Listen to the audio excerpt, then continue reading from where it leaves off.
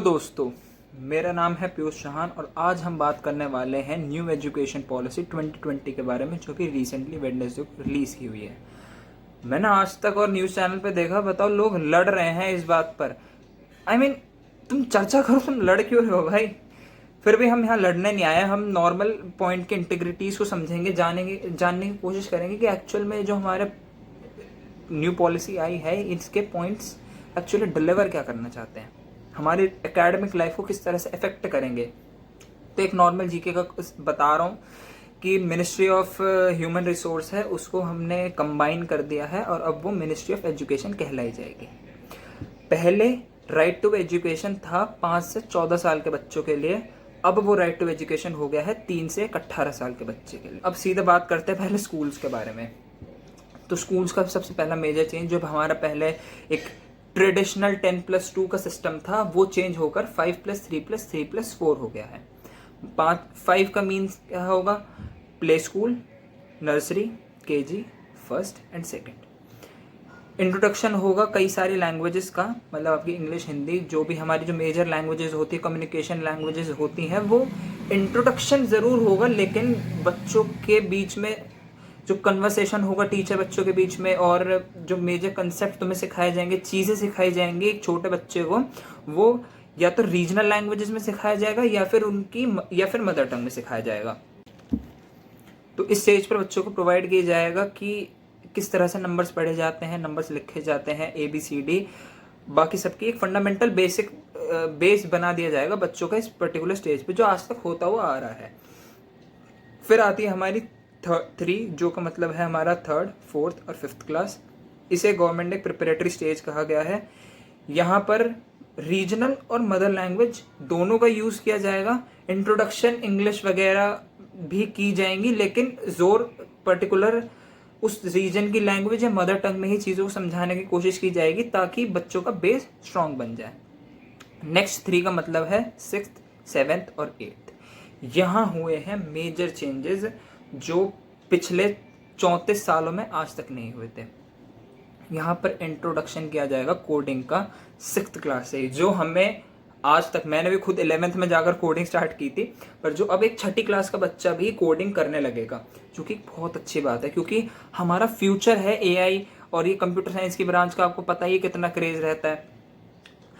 Computer आने वाला future है, क्योंकि हम कंप्यूटर को अब रिप्लेस करने लगे हैं रोबोट से।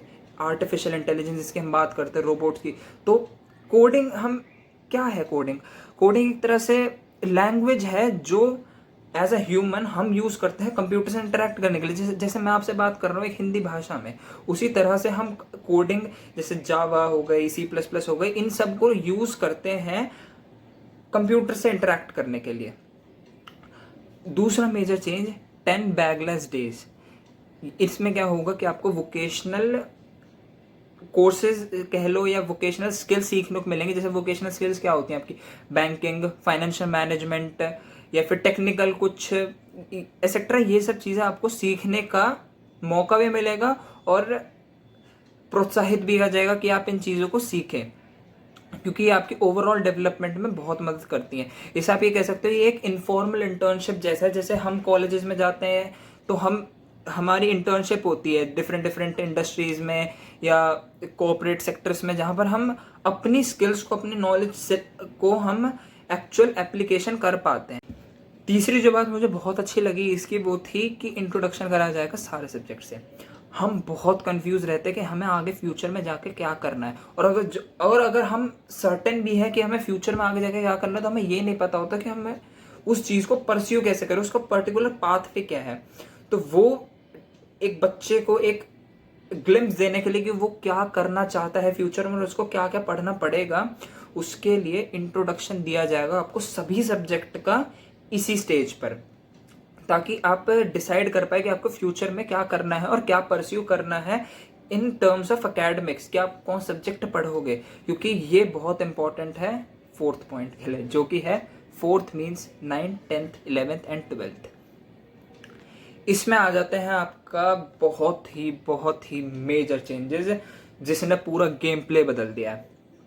तो पहला चेंज है कि कोई रिजिड सेपरेशन नहीं है between the streams and the extra curricular activities, जो पहले बहुत हुआ करता था। जैसे आपको बांट देता ना कि तुम्हारे इतने परसेंटेज आ गए तो तुम साइंस में चले जाओ, इतने परसेंटेज आएगा कॉमर्स ले लो, और नहीं तो आर्ट्स ले लो। ऑफेंड मत होना, ये सिर्फ एक जनरल बात बता रहा हूँ जो लोगों के मन में रहती है। पर अब ऐसा कुछ नहीं है। अब आप फिजिक्स के साथ डांस भी पढ़ सकते हो, म्यूजिक भी पढ़ सकते हो, और आप पोल साइंस के साथ फिजिक्स भी पढ़ सकते हो, मैथ्स भी पढ़ सकते हो। कॉमर्स के साथ, कॉमर्स में जैसे आप बिजनेस स्टडीज पढ़ रहे हो तो हिस्ट्री भी पढ़ सकते हो। सब आपकी विल है। अब आपको कोई नहीं रोकेगा कि तू ये पढ़, ये मत पढ़, ये कर, वो मत कर। जैसे मेरे दोस्त ने कई सारे, जैसे आप हो, आप में से बहुत होंगे जिन्हें फिजिकल एक्टिविटीज़ या फिजिकल एजुकेशन में बहुत ज़्यादा इंटरेस्ट होगा, पर मैथ्स में इतना इंटरेस्ट नहीं है, तो मैथ्स को छोड़ दो और आप फिजिकल एजुकेशन को एज ए मेन सब्जेक्ट ले लो। तो ये लिबर्टी बहुत अच्छी है, क्योंकि ये आपकी डिफरेंट एबिलिटीज़ को आउटशाइन करने में मदद करेगा। क्योंकि वही कहते हैं ना, हर बच्चा अपने आप में अनोखा होता है, तो वही अनोखापन आपको आउटशाइन करने का मौका मिलेगा। मैं देख लेता हूँ और कोई पॉइंट तो नहीं छूटा। तो अगला मेजर पॉइंट बोर्ड्स के बारे में। भाई देखो, 10वीं और 12वीं के बोर्ड फिर से रीडिज़ाइन किए जाएंगे। कहने का मतलब ये है कि तुम्हारा बोर्ड पे से प्रेशर कम कर देंगे, और जो कि बहुत अच्छी बात है। तुम, क्योंकि सब यूनिवर्सिटी में, मैं तुम्हें बताऊंगा आगे कि एक और मेजर चेंज हुआ है जिसने पूरा गेम बदल दिया है। पर जैसे मेजर यूनिवर्सिटी में आजकल कट ऑफ 98% 99% है, तो बच्चे परेशान रहते हैं कि एक अच्छी परसेंट 94, 95, 96% लाने वाले बच्चे की भी कोई वैल्यू नहीं रहती, उसे भी वो कॉलेज नहीं मिल पाता। तो अच्छी परसेंटेज होने के बाद भी बच्चे भी डिप्रेशन में रहते हैं, पेरेंट्स भी डिप्रेशन में रहते हैं कि हमारे बच्चों का ये एडमिशन होगा या नहीं होगा। पर गवर्नमेंट ने इस पर्टिकुलर पॉलिसी के साथ ये चीज़ बिल्कुल हटा दी है। किस तरह से, वो आगे बताता हूँ मैं। तो नए तरह से रीडिज़ाइन किए जाएंगे। दूसरा पॉइंट, एक न्यू नेशनल असेसमेंट सेंटर इन्होंने जारी करा है जिसका नाम है परख। परख की फुल फॉर्म है performance assessment, review and analysis of the knowledge for holistic development. फिर अगला पॉइंट है कि बोर्ड्स विल बी ईजियर, जो कि बहुत बड़ी बात है। Clap clap clap.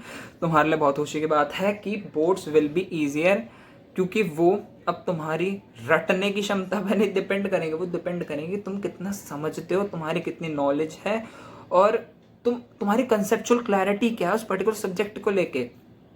इन चीज़ों को टेस्ट किया जाएगा, ना कि इन चीज़ों को टेस्ट किया जाएगा तुम कितनी अच्छे से चीज़ों को रट सकते हो। मतलब यार, साइंस के स्टूडेंट हो और तुम साइंस का पेपर देने जा रहे हो, तुमसे ये थोड़ी पूछेंगे कि तुम्हें कितने अच्छे से फोर्स की डेफिनेशन आती है, कितने अच्छे से तुम्हें पर्टिकुलर चीज़ तुम रट सकते हो, पर्टिकुलर फॉर्मूला रट सकते हो। मेन इम्प्लीकेशन है, एज अ साइंस स्टूडेंट, मैं भी एक साइंस स्टूडेंट रहा हूँ, और एज अ साइंस का पेपर आप लिख रहे हो, तो इट्स इम्पॉर्टेंट कि आपको समझ आए कि किस तरह से उस फॉर्मूला का एप्लीकेशन होगा, किस तरह से वो चीज़ रियल नेचर में वो वर्क करेगी, ताकि आप इंट्रिकिटीज़ को, उनकी एसेंशियल्स को समझ पाओ उस पर्टिकुलर सब्जेक्ट की। सो हमारा नेक्स्ट पॉइंट है कि जो हमारा पेपर है अब वो डिस्क्रिप्टिव कम होगा और ऑब्जेक्टिव बेस्ड ज़्यादा होगा। कहने का मतलब ये है कि पेपर में आपकी नॉलेज को ज़्यादा टेस्ट किया जाएगा एज़ कम्पेयर टू आप कितना रट सकते हैं। और ये वही पहले वाला पॉइंट जैसा ही है, तो इसमें कुछ इतनी समझने वाली बात नहीं थी, पर फिर भी बता दिया। अगला पॉइंट है आपका, हाँ, बहुत इम्पॉर्टेंट है कि स्टूडेंट्स दे सकते हैं पेपर, बोर्ड एग्ज़ाम का 2 बार उस पर्टिकुलर स्कूल ईयर में। ये 2 पेपर किस तरह से होगा? पहला होगा 1 मेन एग्जामिनेशन जो आपका हमेशा से होता है, और दूसरा होगा इम्प्रूवमेंट एग्जाम अगर आप देना चाहते हैं। फॉर एग्जांपल, आपने जैसे कि सोशल साइंस का पेपर दिया, 100 नंबर का पेपर था, और आपके आए 70।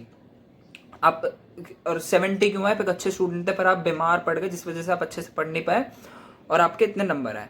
तो आप, अब बच्चे डिप्रेशन में चले जाते हैं। तो इस चीज़ को फाइट करने के लिए इन्होंने ये चीज़ निकाली।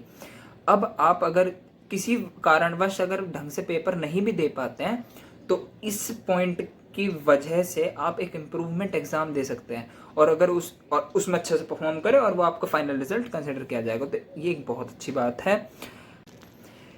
अगला मेजर पॉइंट है emphasise on the board exam, और इसका बहुत ही मेजर इफेक्ट पड़ेगा, क्योंकि कट ऑफ जाती है कॉलेजेस की 98-99% तक, और बच्चे एडमिशन नहीं ले पाते जो 94-95%, जो कि बहुत अच्छी परसेंट है उसके बाद भी।